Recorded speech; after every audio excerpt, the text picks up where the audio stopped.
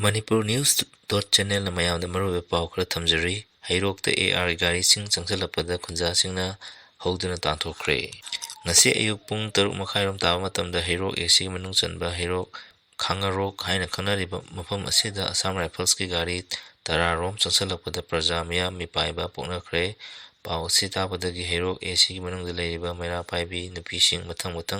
thomjanaraktuna Assam Rifle ki garising adu hankinaba akanba iho khongjang changsangchi AR ki gari tararom adu langathel phundrei romdagi hairok Khangarok tamna changsalakibani masing yawnaba khunja nupishingna AR ki garising adu kudakta mafam adu thadoktuna hankinaba akanba khongjang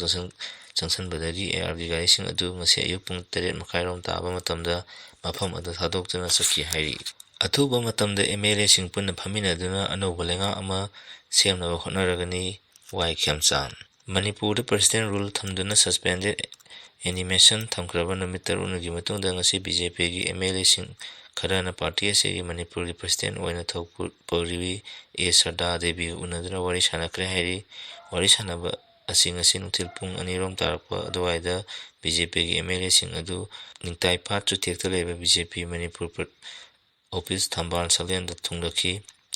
President A Sarda Devi ga wari sanaba Thamban Salyan da lakiba BJP gi MLA sing adudi singjamai AC gi MLA Yumnam Khyamchan Langthaban AC gi MLA Karam Sam amadi Lamlai AC gi MLA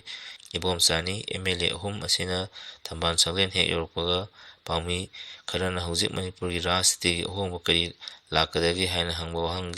wahangda hanagi Minister Y Khyamchan na phongtokibada Nongthombam Biren na Chief Minister pham thadokhraba matung BJP gi MLA sing punna phaminaba ngamdana lakli adubu athuba matamda MLA sing punna phaminaduna anawba lengak semlagini haina hanagi Minister Y Khyamchan phongtokre mafam asing asing til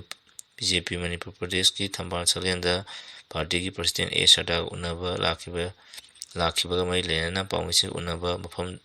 matamda mahakna phongtokibani mahakna hai hojik MLA sing gi marakta mot manadaba leite MLA sing togan kiyam tawusu leite anawba regional party ama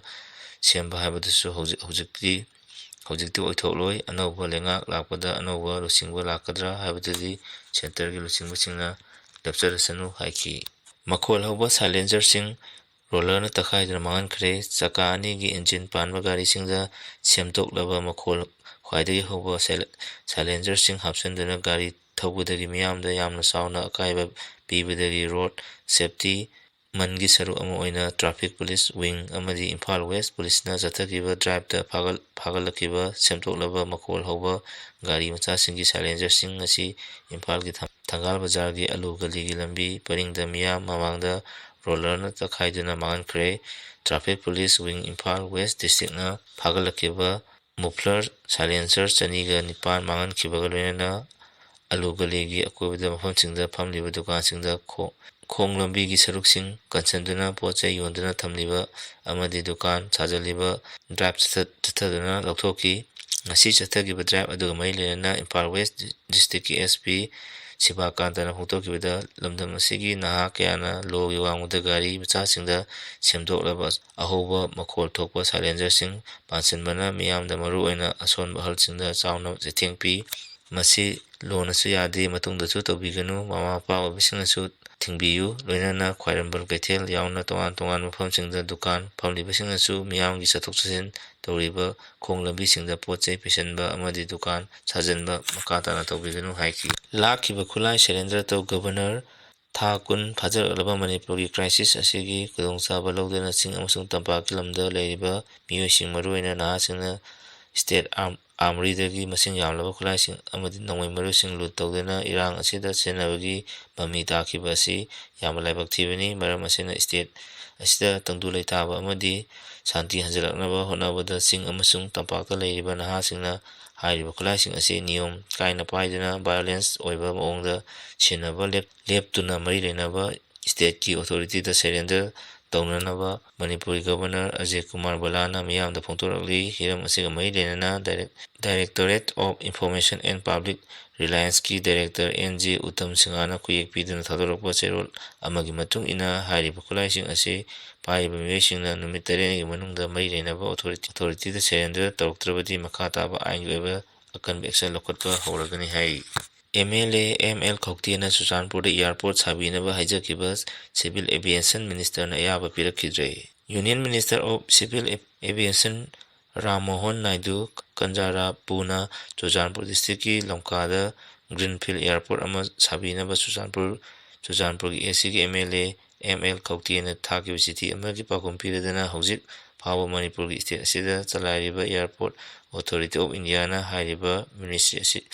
ministry ꯑꯁꯤꯗ ꯆꯨꯔꯆꯥꯟꯄꯨꯔ ꯗꯤꯁꯇ꯭ꯔꯤꯛꯀꯤ ꯂꯝꯀꯥꯗ ꯒ꯭ꯔꯤꯟꯐꯤꯜꯗ airport ꯁꯥꯅꯕꯒꯤ ꯄ꯭ꯔꯣꯖꯦꯛꯁꯤꯡ ꯂꯥꯛꯇꯕ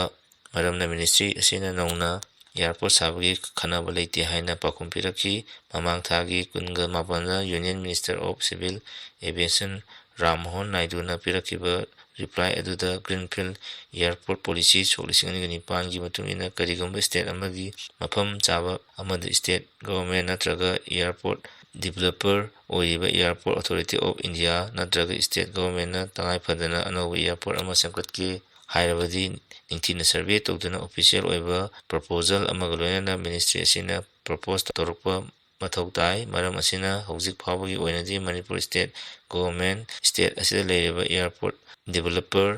AAIꯅ ministry ꯑꯁꯤꯅ ꯅꯧꯅ ꯆꯨꯔꯆꯥꯟꯄꯨꯔꯒꯤ ꯂꯝꯀꯥꯗ airport ꯂꯤꯡꯈꯠꯅꯕꯒꯤ proposal ꯂꯥꯛꯇꯕ ꯃꯔꯝꯅ MLA ꯈꯧꯇꯦꯒꯤ proposal ꯑꯁꯤ ꯌꯥꯕ ꯉꯝꯈꯤꯔꯣꯏ ꯍꯥꯏꯅ ꯄꯥꯎꯈꯨꯝ ꯄꯤꯔꯛꯈꯤꯕꯅꯤ ꯍꯥꯏ꯫ ꯃꯥꯏꯀꯩ ꯑꯃꯠꯇꯒꯤ ꯈꯨꯠꯂꯥꯏ ꯐꯥꯒꯠꯂꯒ ꯃꯨꯛꯅꯕ ꯂꯣꯏꯁꯤꯜꯂꯣꯏ꯫ ꯊꯥ 12 ꯐꯥꯔꯛꯂꯕ ꯃꯩꯇꯩ ꯀꯨꯀꯤꯒꯤ ꯃꯨꯛꯅꯕ ꯑꯁꯤ ꯀꯩꯗꯧꯉꯩ ꯂꯦꯞꯇꯣꯏꯅꯣ? ꯃꯍꯧꯁꯥꯒꯤ ꯄꯨꯟꯁꯤꯗ ꯍꯟꯖꯤꯜꯂꯛꯀꯅꯤ ꯍꯥꯏꯕ ꯉꯝꯗ꯭ꯔꯤ꯫ ꯃꯨꯛꯅꯕ ꯑꯁꯤꯅ ꯇꯝꯄꯥꯛ ꯑꯃꯁꯨꯡ ꯆꯤꯡꯒꯤ ꯃꯤꯌꯥꯝ ꯑꯋꯥꯕ ꯃꯥꯌꯣꯛꯅꯔꯤ꯫ ꯑꯋꯥꯕ ꯑꯁꯤ ꯃꯨꯛꯅꯔꯤꯕ ꯃꯩꯇꯩ ꯀꯨꯀꯤꯅ ꯑꯇꯩ ꯐꯨꯔꯨꯞꯁꯤꯡꯗꯒꯤ ꯍꯦꯜꯂꯕꯁꯨ ꯑꯇꯩ ꯃꯅꯤꯄꯨꯔꯗ ꯂꯩꯔꯤꯕ ꯐꯨꯔꯨꯞ ꯄꯨꯝꯅꯃꯛ ꯑꯋꯥꯕ ꯃꯥꯌꯣꯛꯅꯔꯤ꯫ ꯃꯨꯛꯅꯕ ꯑꯁꯤ ꯀꯨꯀꯤꯅ ꯃꯅꯤꯄꯨꯔꯒꯤ ꯉꯝꯈꯩ ꯊꯨꯒꯥꯏꯔꯒ ꯀꯨꯀꯤ ꯂꯦꯟꯗ ꯑꯃ ꯁꯦꯝꯅꯕꯒꯤꯅꯤ ꯍꯥꯏꯕꯁꯤ ꯃꯅꯤꯄꯨꯔꯒꯤ ꯃꯤꯌꯥꯝꯅ ꯅꯠꯇꯅ ꯄꯨꯝꯅꯃꯛꯅ ꯈꯪꯂꯕꯅꯤ꯫ ꯑꯗꯨꯅ ꯃꯨꯛꯅꯕ ꯑꯁꯤ ꯂꯣꯏꯁꯤꯟꯗꯨꯅ ꯃꯍꯧꯁꯥꯒꯤ ꯐꯤꯕꯝꯗ ꯍꯟꯖꯤꯟꯒꯦ ꯍꯥꯏꯅ ꯍꯣꯠꯅꯕꯁꯤ ꯂꯩꯉꯥꯛꯀꯤ ꯇꯉꯥꯏꯐꯗꯕ ꯊꯧꯗꯥꯡꯅꯤ꯫ ꯑꯗꯨꯕꯨ ꯍꯧꯖꯤꯛꯇꯤ ꯄꯔꯁꯣꯅꯦꯜ ꯔꯨꯜ ꯊꯝꯖꯤꯟꯈ꯭ꯔꯦ꯫ ꯃꯨꯛꯅꯔꯤꯕ ꯑꯁꯤ ꯂꯣꯏꯁꯤꯟꯕꯒꯤ ꯃꯃꯥꯡ ꯂꯩꯉꯥꯛꯅ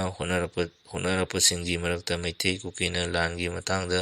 ꯁꯤꯖꯤꯟꯅꯕ ꯈꯨꯠꯂꯥꯏꯁꯤꯡ ꯊꯤ ꯍꯨꯝꯗꯨꯅ ꯐꯥꯒꯠꯄ ꯑꯁꯤꯁꯨ ꯑꯃꯅꯤ꯫ ꯈꯨꯠꯂꯥꯏ ꯐꯥꯒꯠꯄ ꯑꯁꯤꯗ ꯍꯧꯖꯤꯛ ꯆꯤꯡꯗ ꯂꯩꯕ ꯀꯨꯀꯤꯁꯤꯡꯒꯤ ꯐꯥꯒꯠꯄꯕꯨꯗꯤ ꯇꯝꯄꯥꯛꯇ ꯂꯩꯕ ꯃꯩꯇꯩꯁꯤꯡꯗꯒꯤꯅ ꯍꯦꯜꯂꯤ꯫ ꯑꯃꯔꯣꯝꯗ ꯃꯨꯛꯅꯕ ꯑꯁꯤ ꯀꯨꯀꯤ ꯈꯨꯠꯂꯥꯏ ꯄꯥꯏꯕꯁꯤꯡꯅ ꯃꯩꯇꯩꯗ ꯂꯥꯟꯗꯥꯔꯛꯄꯗꯒꯤꯅꯤ꯫ ꯃꯩꯇꯩꯒꯤ ꯑꯣꯏꯅꯗꯤ ꯃꯨꯛꯅꯕ ꯑꯁꯤ ꯃꯥꯡꯖꯧꯅꯅ ꯈꯪꯕ ꯅꯠꯇꯕꯅ ꯈꯨꯠꯂꯥꯏꯒꯤ ꯁꯦꯝ ꯁꯥꯍꯧꯕ ꯅꯠꯇꯕꯅ ꯀꯨꯀꯤꯁꯤꯡꯅ ꯂꯥꯟꯗꯥꯔꯛꯄꯗꯒꯤ ꯇꯉꯥꯏꯐꯗꯅ ꯈꯨꯠꯂꯥꯏ ꯁꯤꯖꯤꯟꯅꯗꯕ ꯌꯥꯔꯛꯇꯕꯗꯒꯤ ꯁꯦꯀ꯭ꯌꯨꯔꯤꯇꯤ ꯐꯣꯔꯁꯁꯤꯡꯗ ꯁꯤꯖꯤꯟꯅꯔꯤꯕ ꯈꯨꯠꯂꯥꯏꯁꯤꯡ ꯂꯧꯔꯒ ꯁꯤꯖꯤꯟꯅꯈꯤꯕꯅꯤ ꯍꯥꯏꯕꯁꯤ ꯏꯈꯪ ꯈꯪꯅꯔꯕꯅꯤ꯫ ꯑꯗꯨꯒ ꯈꯨꯠꯂꯥꯏꯁꯤꯡ ꯑꯁꯤ ꯀꯨꯀꯤꯅ ꯂꯥꯟꯗꯥꯔꯛꯄ ꯃꯇꯝꯗ ꯁꯤꯖꯤꯟꯅꯩ꯫ ꯑꯗꯨꯕꯨ ꯈꯨꯠꯂꯥꯏꯁꯤꯡ ꯑꯁꯤ ꯁꯤꯖꯤꯟꯅꯔꯤꯕꯁꯤꯡꯅ ꯀꯨꯀꯤ ꯃꯤꯂꯤꯇꯦꯟꯠꯁꯤꯡꯒꯨꯝꯅ ꯀꯣꯏꯄꯨ ꯄꯨꯗꯨꯅ ꯆꯠꯄꯁꯨ ꯌꯥꯗꯕꯒ ꯁꯥꯐꯒꯗꯕ ꯃꯐꯝꯁꯤꯡꯗ ꯂꯣꯠꯁꯤꯜꯂꯒ ꯊꯝꯂꯒ ꯁꯤꯖꯤꯟꯅꯗꯕ ꯌꯥꯔꯛꯇꯕ ꯃꯇꯝꯗ ꯁꯤꯖꯤꯟꯅꯕꯅꯤ ꯍꯥꯏꯕꯁꯤ ꯃꯤꯌꯥꯝꯅ ꯑꯃꯗꯤ ꯂꯩꯉꯥꯛꯅ ꯈꯪꯏ꯫ ꯑꯁꯤꯒꯨꯝꯕ ꯃꯩꯇꯩ ꯈꯨꯜ ꯉꯥꯛꯄꯁꯤꯡꯅ ꯀꯨꯀꯤꯅ ꯂꯥꯟꯗꯥꯔꯛꯄꯗ ꯁꯤꯖꯤꯟꯅꯅꯕ ꯂꯣꯟꯅ ꯊꯝꯕ ꯆꯦꯛꯁꯤꯟꯅ ꯊꯝꯖꯕ ꯈꯨꯠꯂꯥꯏꯁꯤꯡ ꯁꯦꯀ꯭ꯌꯨꯔꯤꯇꯤ ꯐꯣꯔꯁꯅ ꯀꯣꯏꯊꯤ ꯊꯤꯔꯒ ꯐꯥꯒꯠꯄ ꯑꯁꯤ ꯃꯩꯇꯩ ꯃꯤꯌꯥꯝꯅ ꯌꯥꯅꯤꯡꯗꯦ꯫ ꯃꯗꯨꯅ ꯃꯩꯇꯩ ꯅꯨꯄꯤꯒꯤ ꯂꯨꯞ ꯀꯌꯥꯅ ꯌꯥꯅꯤꯡꯗꯕꯒꯤ ꯈꯣꯜꯂꯥꯎ ꯂꯥꯎꯔꯤꯕꯅꯤ꯫ ꯑꯗꯨꯕꯨ ꯈꯨꯠꯂꯥꯏ ꯊꯝꯐꯝ ꯊꯤꯗꯨꯅ ꯐꯥꯒꯠꯄꯗꯤ ꯂꯦꯞꯇ꯭ꯔꯤ꯫ ꯃꯁꯤꯅ ꯂꯥꯛꯂꯤꯕ ꯋꯥꯍꯪꯗꯤ ꯃꯨꯛꯅꯕ ꯑꯁꯤ ꯃꯩꯇꯩꯅ ꯁꯤꯖꯤꯟꯅꯕ ꯈꯨꯠꯂꯥꯏꯁꯤꯡ ꯐꯥꯒꯠꯂꯒ ꯂꯣꯏꯁꯤꯟꯕ ꯉꯝꯒꯗꯧꯔꯤꯕ꯭ꯔꯥ? ꯑꯃꯗꯤ ꯃꯨꯛꯅꯕ ꯑꯁꯤ ꯂꯦꯞꯇꯅ ꯃꯈꯥ ꯑꯗꯨꯃꯛ ꯆꯠꯊꯔꯕꯗꯤ ꯈꯨꯠꯂꯥꯏ ꯀꯌꯥ ꯊꯤꯗꯨꯅ ꯐꯥꯒꯠꯄꯒꯤ ꯈꯨꯠꯂꯥꯏ ꯂꯩꯔꯛꯇꯕꯗꯒꯤ ꯃꯃꯥꯡꯒꯤ ꯃꯇꯧꯒꯨꯝ ꯑꯃꯨꯛ ꯁꯦꯀ꯭ꯌꯨꯔꯤꯇꯤ ꯐꯣꯔꯁꯇꯒꯤ ꯈꯨꯠꯂꯥꯏ ꯂꯧꯔꯛꯂꯣꯏꯗ꯭ꯔꯥ ꯍꯥꯏꯕꯁꯤꯅꯤ꯫ ꯑꯔꯩꯕ ꯃꯈꯩ ꯐꯥꯒꯠꯈ꯭ꯔꯕꯁꯨ ꯑꯃꯨꯛ ꯂꯧꯔꯛꯄ ꯃꯁꯥꯅ ꯇꯥꯔꯛꯄꯅꯤ꯫ ꯑꯗꯨꯅꯗꯤ ꯈꯨꯠꯂꯥꯏ ꯐꯥꯒꯠꯄꯒꯤ ꯃꯍꯨꯠꯇ ꯃꯨꯛꯅꯕ ꯑꯁꯤ ꯂꯣꯏꯁꯤꯟꯅꯕꯒꯤ ꯀꯔꯤ ꯊꯧꯔꯥꯡ ꯄꯥꯏꯈꯠꯄ ꯌꯥꯕꯒꯦ ꯍꯥꯏꯕꯗꯨ ꯈꯟꯅ ꯅꯩꯅꯔꯒ ꯂꯧꯈꯠꯄꯅ ꯑꯆꯨꯝꯕ ꯑꯣꯏꯒꯅꯤ꯫ ꯅꯥꯀꯜ ꯑꯅꯤꯒꯤ ꯃꯨꯛꯅꯕꯅ ꯅꯥꯀꯜ ꯑꯃꯅ ꯐꯣꯡꯅ ꯈꯨꯠꯂꯥꯏ